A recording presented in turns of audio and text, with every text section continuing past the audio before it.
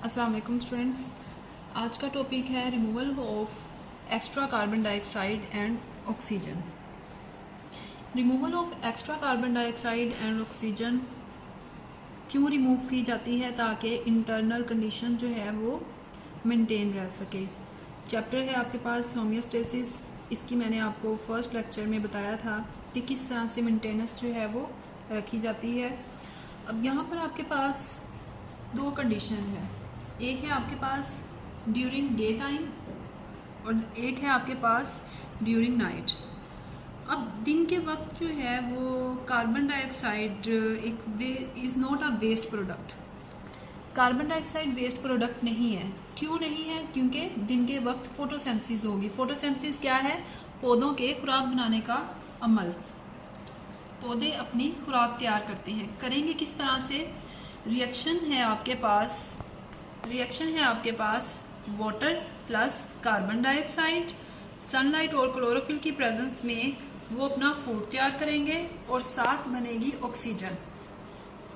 अब यहाँ पर आपके पास डे टाइम में कार्बन डाइऑक्साइड को वो यूज़ कर रहे हैं, कार्बन डाइऑक्साइड यूज़ हो रही है, तो ये बाय प्रोडक्ट नहीं होगा, वेस्ट प्रोडक्ट नहीं है।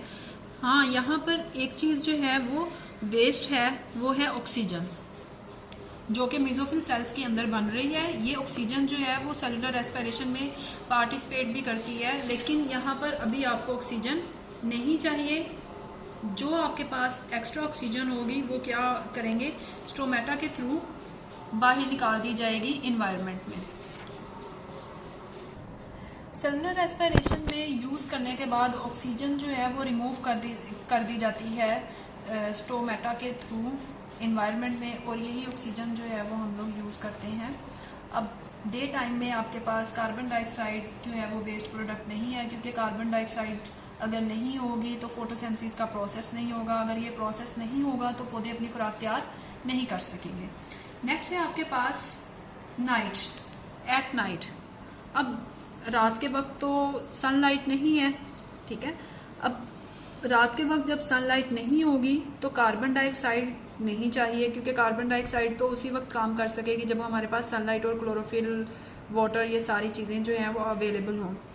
अब कार्बन डाइऑक्साइड का यहाँ पर कोई इस्तेमाल नहीं है, तो जितनी भी कार्बन डाइऑक्साइड होगी ये रिमूव कर दी जाती है टिश्यू से एक प्रोसेस के थ्रू, डिफ्यूजन के थ्रू।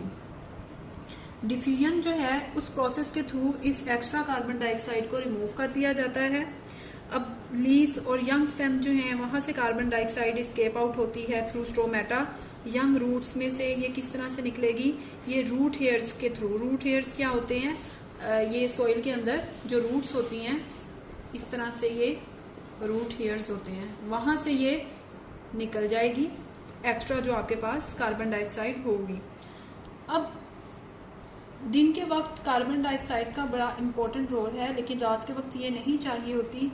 उसकी वजह ये है क्योंकि सनलाइट नहीं है तो इसका काम भी ऐसा सच नहीं होता, तो फिर एक्स्ट्रा कार्बन डाइऑक्साइड रिमूव कर दी जाती है। नेक्स्ट है आपके पास removal of extra water. Plants में अगर पानी बहुत ज़्यादा आ गया है या पानी बहुत ज़्यादा हो चुका है किसी भी पौधे के अंदर, तो वो किस तरह से एक्स्ट्रा वाटर को रिमूव करेंगे?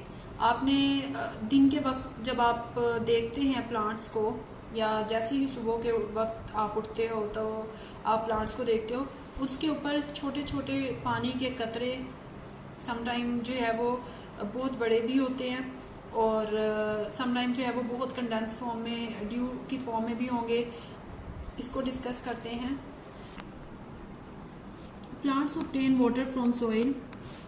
It is also produce in the body during cellular respiration. Plants store large amount of water in their cells for turgidity. अब प्लांट्स जो हैं वो सॉइल से, ऑब्वियस है, वो सॉइल से, वो मिट्टी से ही, ज़मीन से ही पानी ले सकेंगे, और सेलुलर रेस्पिरेशन में जो है ये प्रोड्यूस होगा। प्लांट्स इसको स्टोर भी करते हैं। किस तरह से स्टोर करेंगे और क्यों स्टोर करेंगे? ताकि वो एक अपनी पोजीशन में रहें और वो टर्जिट रहे। अगर वो पानी नहीं होगा उनके पास तो क्या होगा? प्लांट, पौधा मुरझा जाएगा। तो वो मुरझाएगा कब? नहीं, जब उसके पास अमाउंट ऑफ वाटर ज़्यादा होगी। अगर पानी ज़्यादा हो जाता है तो क्या होगा? Extra water is removed from plant body by transpiration.